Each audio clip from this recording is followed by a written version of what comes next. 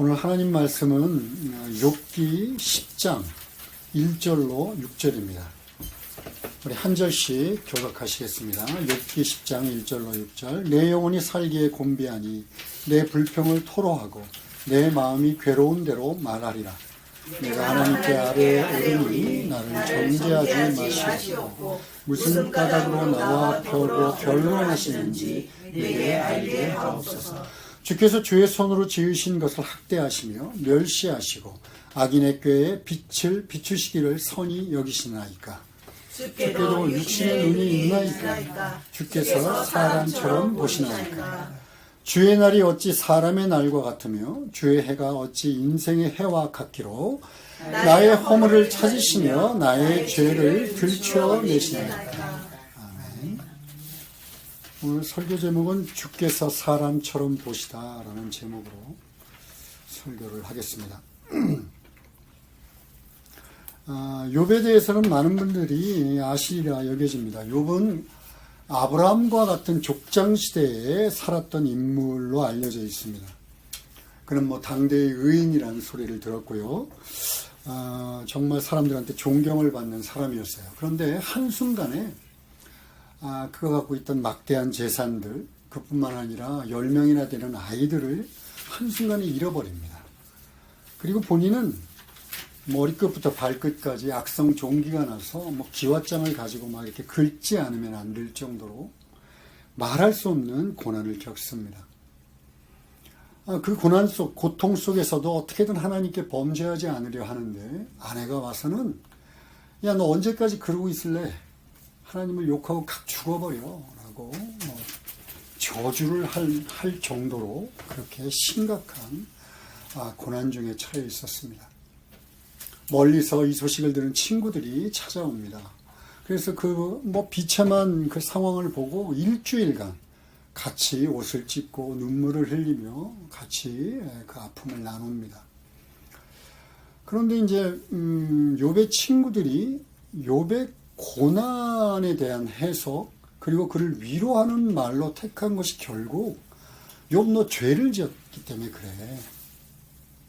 이 죄의 탓 때문에 지금 벌을 받고 있는 거야라 하는 정죄였어요. 그리고 네가 그 어려움에서 벗어나려면 죄를 회개해. 그러고 하나님께 잘못을 빌어. 그럼 하나님이 용서하실 거야 라는 그런 충고를 합니다. 욥은 그냥 완전히 혼란에 빠집니다. 너무나 억울했습니다.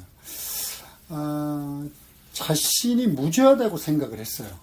그렇다고 욥이 완전히 자신은 무죄하다 이렇게 생각하고 있었던 것은 아닙니다. 욥기 7장 20절 21절을 보면 사람을 감찰하시는 이여 내가 범죄하였던들 주께 무슨 해가 되오리이까. 어찌하여 나를 당신의 관역으로 삼으셔서 내게 무거운 짐이 되게 하셨나이까. 주께서 어찌하여 내 허물을 사하여 주지 아니하시며 내 죄악을 제거하여 버리지 아니하시나이까. 내가 이제 흙에 누우리니 주께서 나를 애써 찾으실지라도 내가 남아있지 아니하리이다. 어찌 인생이 하나님 아버지 앞에서 범죄하지 않을 수 있겠습니까? 욥도 잘 알고 있었어요. 그런데 왜 나한테만 그러느냐 이거예요.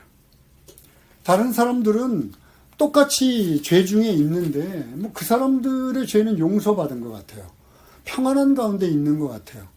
그런데 왜 나한테만 도저히 맞출 수 없는 기준, 그 높은 기준을 들이대놓고 왜 나를 이렇게 괴롭히십니까? 라는 뜻입니다. 내가 죽은 다음에 하나님이 후회하시고 나를 용서해줘도 아무런 소용이 없는 거 아닙니까? 라고 지금 욥은 이야기합니다. 우리가 오늘 읽은 본문에도요, 욥의 마음은 동일해요. 억울해. 1절에서 이렇게 얘기합니다. 내가 이 억울함과 혼란스러운 마음을 내 영혼을 갉아먹는 것 같은 이 고통을 지금부터 내가 말하겠다. 그러면서 이렇게 얘기합니다. 내가 하나님께 아뢰오리니 나를 정죄하지 말고 무슨 까닭으로 나와 더불어 변론하는지 내게 알게 해달라. 이것은 그 현대인의 성경을 보면 좀 더 이해가 쉬워요. 왜 나를 죄인 취급합니까? 그 이유를 좀 얘기해 주십시오라는 거예요.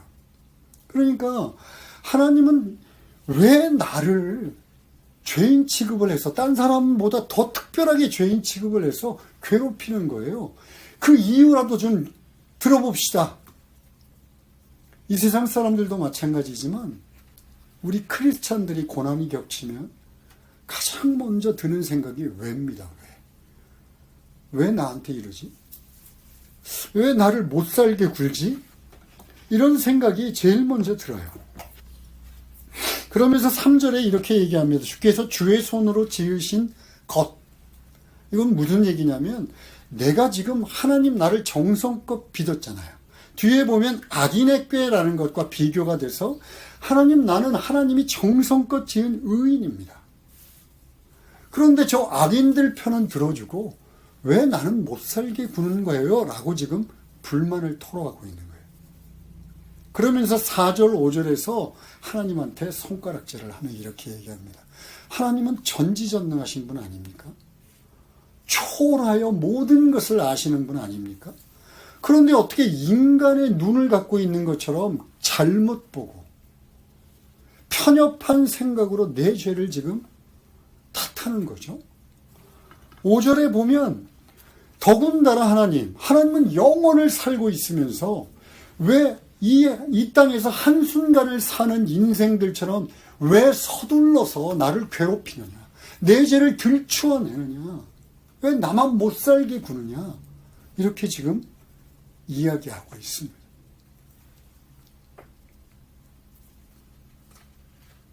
이 욥의 불평은요, 이제 아까도 얘기했지만 친구들이 욥을 위로하러 왔어요, 사실은.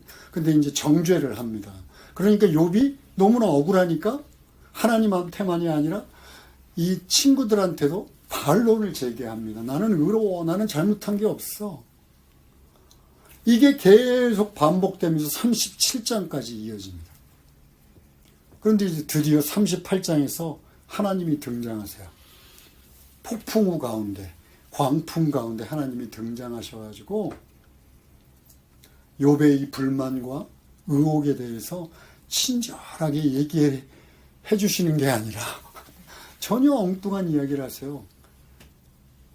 하나님의 그 창조의 기사, 또 하나님이 이 세상을 어떻게 다스리고 계신지 거기에 대해서 다 얘기를 하십니다. 그러면서 욥에게 얘기합니다. 넌 그때 어디 있었니? 네가 그렇게 지혜로워? 네가 그렇게 의로워? 이 세상이 만들어지고 내가 이 세상을 다스릴 때 너는 어디에 있었니? 네가 남자답게 나와서 허리에 띠를 동이 매고 네가 그렇게 의롭다면 나한테 얘기해보려? 이렇게 얘기를 합니다. 그런데 그걸로 충분했던 모양이에요.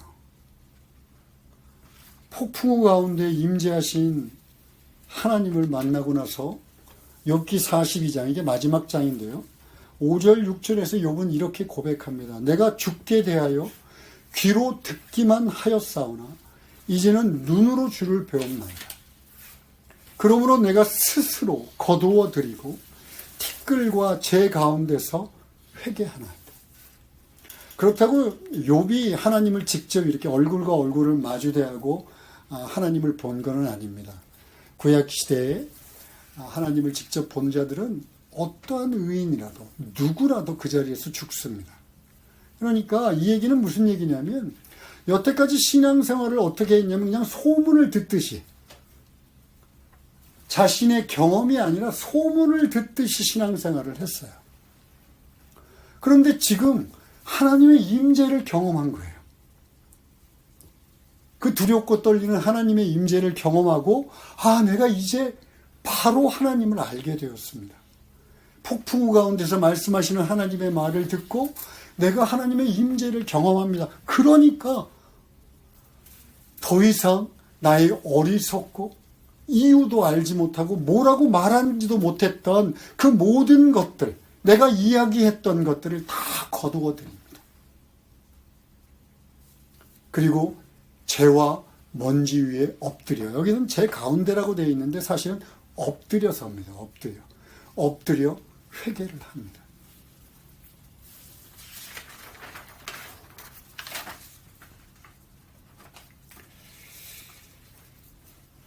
욥은 이 상태로 마치 자신의 고난과 자신의 의문에 대해서 대답을 얻은 것처럼 이야기를 하고 또 하나님의 임재로 충분히 그런 상황에 도달한 것처럼 보입니다.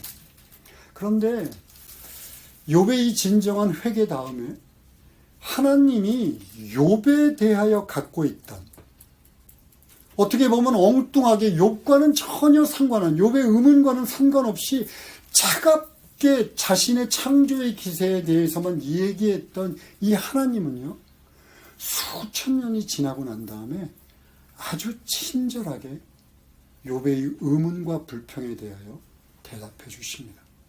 아니, 욥만이 아니라 저와 여러분 같은 오고 가는 모든 인생의 질문들과 불평들과 의문에 대하여 대답해 주십니다.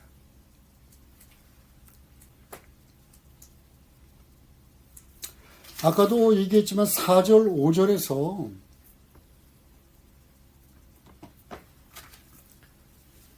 주께도 육신의 눈이 있습니까? 주께서 사람처럼 보십니까? 주님이 이 세상의 한정적인 주의 날, 인생들 같이 그렇게 짧은 인생을 살고 있습니까? 라고 욥은 불평을 제시하고 반론을 제기하지만 하나님은 상상할 수 없는 방법으로 육신의 모습을 입고 이 땅에 오셔서 우리들의 의문에 대답하기를 기뻐하셨습니다. 저는 오늘 지금까지 살펴봤던 본문과 성경 구절을 통해서 세 가지 우리들이 갖고 있는 의문과 또 불평에 대해서 하나님이 뭐라 이야기하시는지 같이 살펴보기를 원합니다.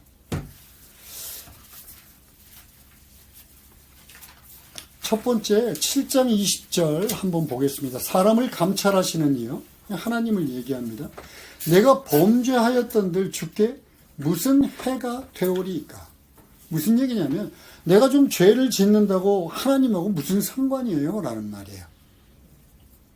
이 세상의 사람들도 요즘 동일하게 얘기합니다. 내가 죄를 짓는 거랑 하나님하고 무슨 상관이야? 하나님이 어차피 죄 짓게 만든 거 아니야?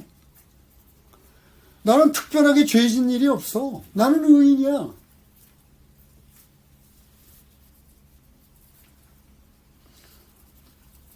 그런데 하나님은 얘기해요. 하나님 무슨 상관이에요? 난 상관이 있다. 나는 도저히 그 문제를 그냥 넘어갈 수 없단다 라고 얘기해요. 하나님의 그 완전하신 공의하심 속에서 먼지 한 톨만한 죄악도 하나님은 그냥 묵과하고 못 본 척 넘어가실 수가 없어요. 욥이 이야기합니다. 자기는 의인이라고 끝까지 강조해요. 그러나 욥도 죄인이었어요. 욥이 의롭다 하였다는 평가를 받은 것은 그의 행위, 겉으로 보여지는 그의 순전함, 그의 정직함, 이것을 가지고 의롭다라고 이야기했지만 그도 역시 죄인이었습니다. 로마서 3장 23절에서 얘기하는 것처럼 모든 사람이 죄를 범하였음에 하나님의 영광에 이르지 못한다. 의인은 없나니 하나도 없다. 너무나 분명하게 이야기합니다. 물론 그렇다고 욥의 고난이 욥의 죄의 결과는 아닙니다.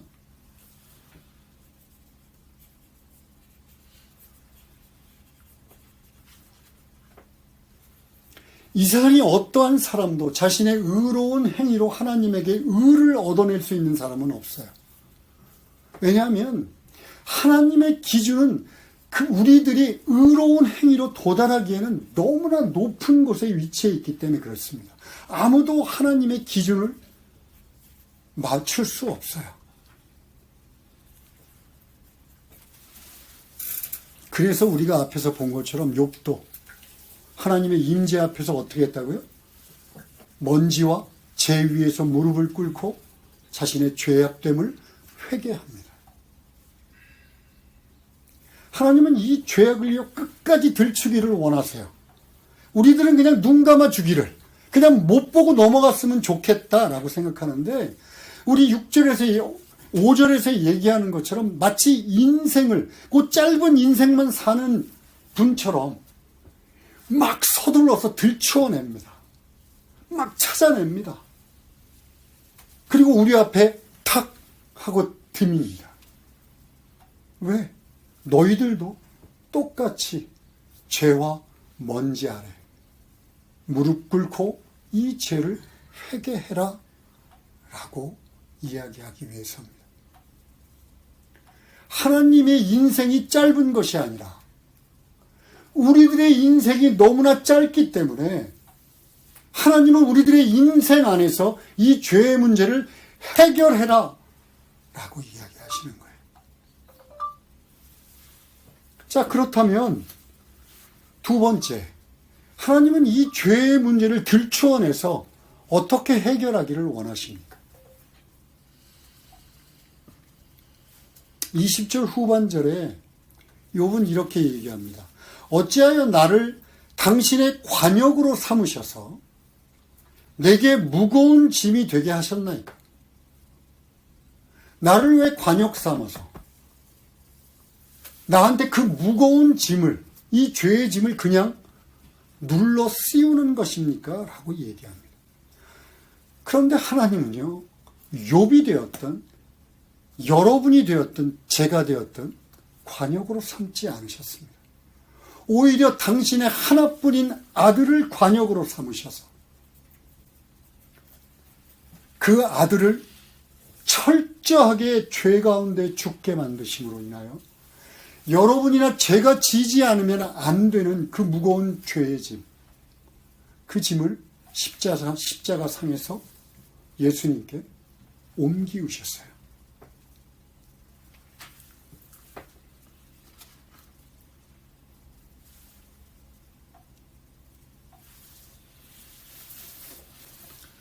이 장에서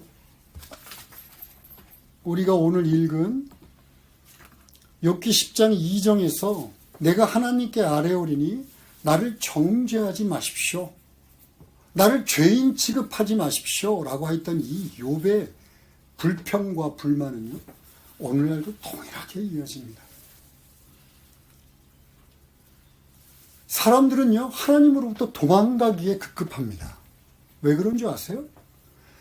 사람들 머릿속에도 은연중에 깔려있는 것이 하나님은 저 하늘 먼저 우리하고 상관없는 저 높은 어디에서 어떤 절대자의 모습을 가지고 우리들이 눈을 번쩍번쩍 막 불꽃같이 불아리면서 우리의 잘못을 찾으려고 해요.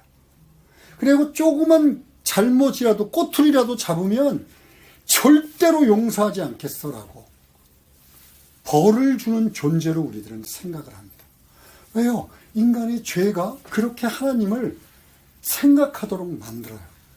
그러니까 어떻게든 이걸 부정하고 싶어요. 아니, 생각 속에서 지워버리고 싶어요. 심지어는 욥처럼 삿대질을 합니다. 내가 좀 죄를 진다고 당신하고 무슨 상관이 있는데.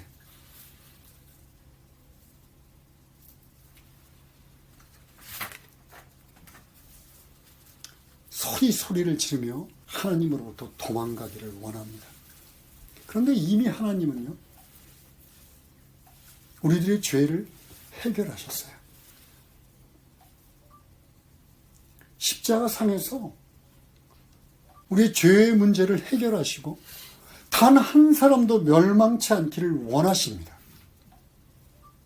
바로 자신의 하나뿐인 아들을 정죄의 관역으로 삼으셔서 그분에게 모든 죄의 짐을 옮기심으로 그런 일을 이루셨어요.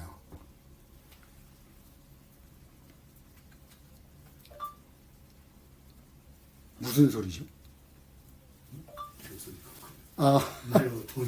그래.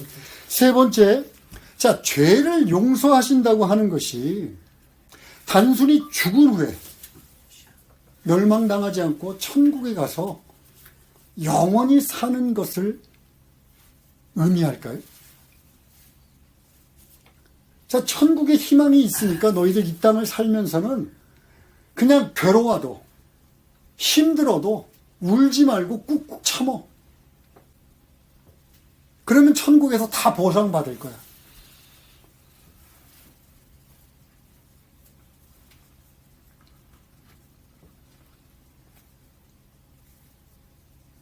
그러기에는 이 세상은요, 너무나 힘듭니다. 너무나 고난이 많고 어려움이 많아요. 비록 욥이 경험했던 자녀들이 다 죽고 완전히 빈털터리가 되고 욕창이 나서 견딜 수 없는 고통까지는 아닐지 모르지만 죄로 왜곡되고 타락한 이 세상에서 우리들이 겪는 고난도 만만치 않습니다. 이해가 되지 않는 것들이 많아요. 육신의 질병도 다 누구나가 경험합니다. 어쩔 때는 이유를 알지 못하게 그냥 등에 떠밀려 사는 것 같은 허무함 속에서 몸부림칠 때도 많습니다. 도대체 왜 내게 이런 일들이 일어나는지 정말 이해가 되지 않아서 예수 믿으면서도 하나님의 신실하심, 하나님의 자비하심에 대해서 욥처럼 의심의 시선을 보냅니다.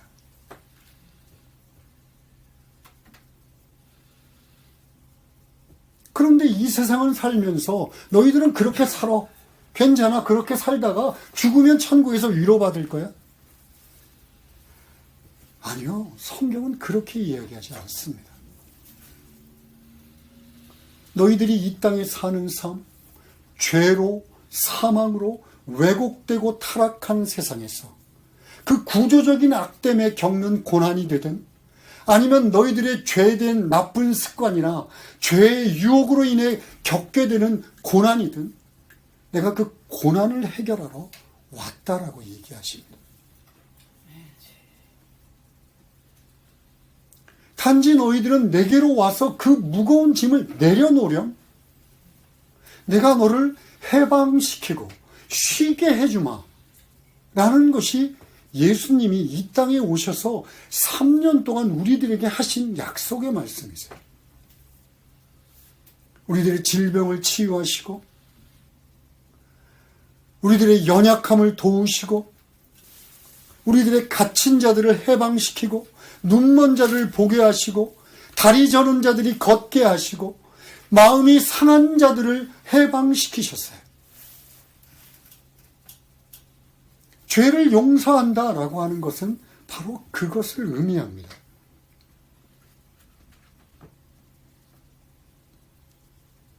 이 말을 무엇이라 얘기하냐면 이렇게 얘기합니다. 히브리서 4장 15, 16절입니다. 우리 이건 같이 읽을까요? 시작. 우리에게 있는 대제사장은 우리의 연약함을 동정하지 못하실 리가 아니요 모든 일에 우리와 똑같이 시험을 받으시니로되 죄는 없으시니라. 그러므로 우리는 긍휼하심을 받고 때를 따라 돕는 은혜를 얻기 위하여 은혜의 보좌 앞에 담대히 나아갈 것이니라 이야기합니다. 여러분, 예수님이 육신의 몸을 입고 이 땅에 오셨다. 이거 그냥 아무런 생각 없이 그래? 하고 가볍게 받아들여서는 안 됩니다. 아니면 또 어떤 사람들 에이 말도 안 돼. 아무런 생각도 해보지 않고 그냥 부정합니다.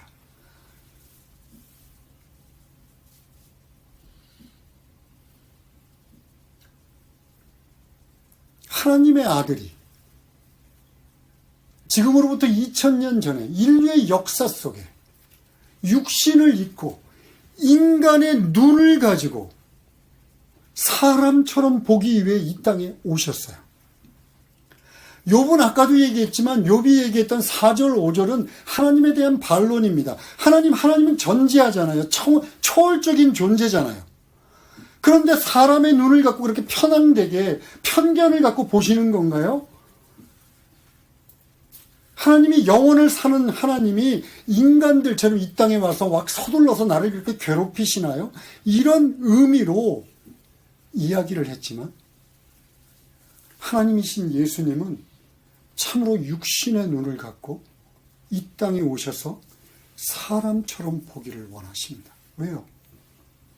우리들과 같은 눈높이에서 우리들과 눈을 마주 대하며 우리들이 바라봤던 연약함과 고통과 고난들을 같이 보기를 원하시는 거예요. 동정하시고 같이 아파하시고 같이 괴로워하시며 그 일들을 해결하기를 원하세요. 이것이 바로 예수 그리스도가 이 땅에 오셔서 우리들의 이 땅을 사는 동안 고난들, 겪을 수밖에 없는 고난들을 해결하시겠다고 예수님께서 오신 방법이에요. 해결의 방법입니다. 그런데 이것을 그냥 아무런 생각 없이 성육신 하셨대. 에이, 말이 돼? 하나님, 신이 인간의 몸을 입고 온다는 게?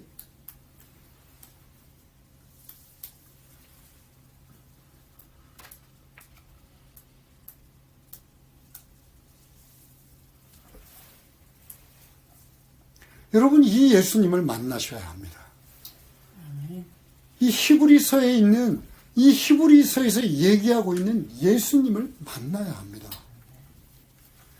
단순하게 때를 따라 돕는 은혜, 나를 동정하고 위로하고 나를 긍휼히 여기시는 은혜, 나의 도움을 받는 그 은혜만이 아니라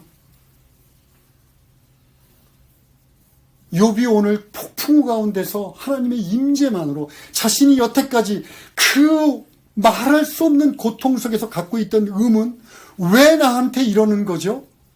이게 깨끗하게 해결됐어요. 여러분, 인생을 살면서 예수 그리스도를 인격적으로 만나지 못하면 우리는 끊임없이 생각합니다. 왜 나한테 이런 일이 일어나지? 왜 나한테만 이러는 거야? 왜 내가 이렇게 열심히 살았는데 왜 나는 이 모양 이 꼴이야? 예수님을 만나지 못하면 우리는 끊임없이 그런 의문들로 우리의 신앙을 갉아먹습니다.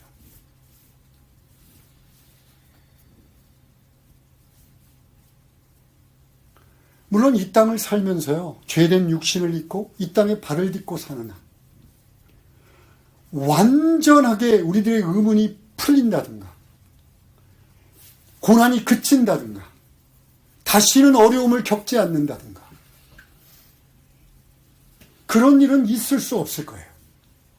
그러나 그리스도 예수께서 나를 위해서 십자가에 죽으시고 처참하게 수치를 당하시고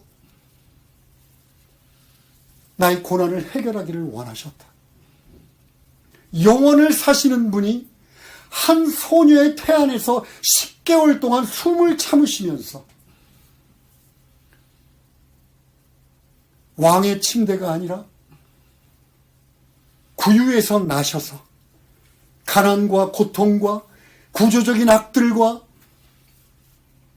인간들의 욕심 앞에서 동일하게 연약해지고 고통받는 모습으로 우리들을 체휼하셨다. 그 사랑만으로 충분합니다. 예수 그리스도를 인격적으로 만나면요, 그 사랑이 나의 고통을 뒤엎고도 남습니다.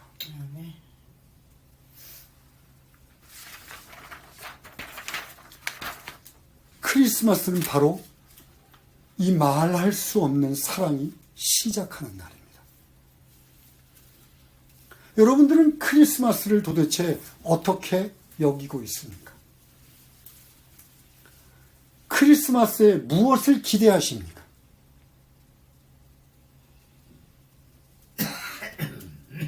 이 세상은 요즘 크리스마스가 축제입니다. 그렇죠?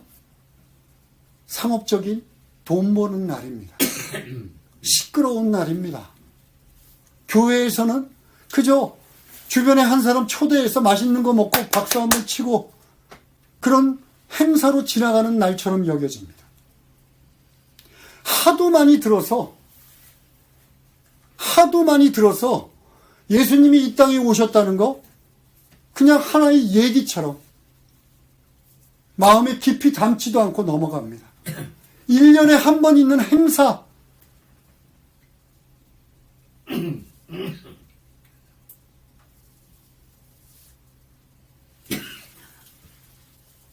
하나님의 이 땅에 오시면요, 그렇게 싸구려의 문제가 아닙니다.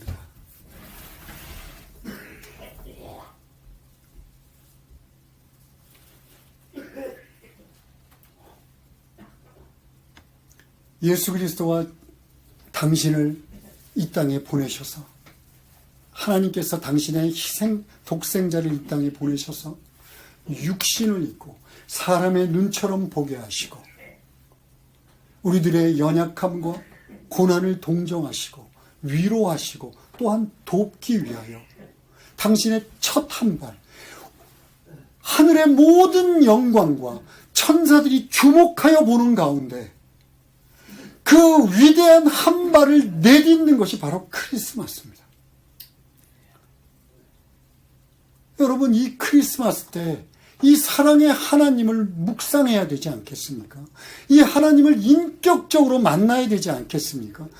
여러분, 그냥 12월 25일, 12월 끝나는 어느 한 시점에 그냥 지나가는 시간처럼 케이크 먹고 소란스럽게 떠들다가 지나가는 이 세상의 사람들처럼 교회 다니는 사람들도, 예수를 믿었다는 사람들도 그렇게 산다면